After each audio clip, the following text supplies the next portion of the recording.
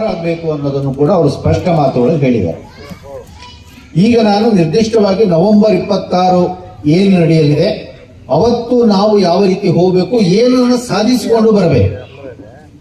ನಾವೆಲ್ಲಿಂದ ಹೋಗೋದು ಫ್ರೀಡಂ ಪಾರ್ಕ್ನ ಮುಟ್ಟಿ ಬರಕ್ಕಲ್ಲ, ಒಂದು ನಿರ್ದಿಷ್ಟ ಉದ್ದೇಶವನ್ನು ಈಡೇರಿಸ್ಕೊಂಡು ವಾಪಸ್ ಬರಬೇಕು.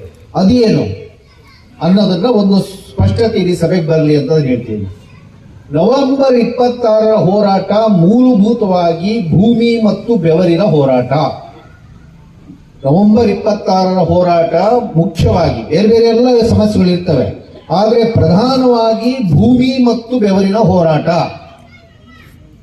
ಈ ದೇಶದಲ್ಲಿ ದೊಡ್ಡ ದೊಡ್ಡ ರಣಹದ್ದುಗಳು ಹುಟ್ಕೊಂಡಿದ್ದಾವೆ, ದೊಡ್ಡ ರಣಹದ್ದುಗಳು. ಆ ರಣಹದ್ದುಗಳ ಹೆಸರು ಕಾರ್ಪೊರೇಟ್ ರಣಹದ್ದುಗಳು. ಆ ರಣಹದ್ದುಗಳಿಗೆ ಎರಡು ವಸ್ತುಗಳ ಮೇಲೆ ಬಹಳ ಕಣ್ಣು. ಒಂದು ರೈತರ ಕೈಯಲ್ಲಿರುವ ಭೂಮಿ, ಇನ್ನೊಂದು ನಮ್ಮ ಕಾರ್ಮಿಕರ ದೇಹದ ಬೆವರು. ಇವೆರಡು ಅವ್ರಿಗೆ ಬೇಕು. ಅವ್ರಿಗೆ ಚೆನ್ನಾಗಿ ಗೊತ್ತಿದೆ, ತಮ್ಮ ಹತ್ರ ಕೋಟಿ ಕೋಟಿ ಕೋಟಿ ಕೋಟಿ ಹಣ ಇರಬಹುದು, ಆದರೆ ಎಲ್ಲಕ್ಕಿಂತ ದೊಡ್ಡ ಸಂಪತ್ತಾದಂತ ಭೂಮಿ ಇರೋದು ರೈತರ ಕೈಯಲ್ಲಿ, ಅವ್ರ ಕೈಯಲ್ಲ. ಅತಿ ಹೆಚ್ಚಿನ ಸಂಪತ್ತಿನ ವ್ಯಕ್ತಿಗಳು ಯಾರು ಅಂದ್ರೆ ರೈತಾಪಿನೇ.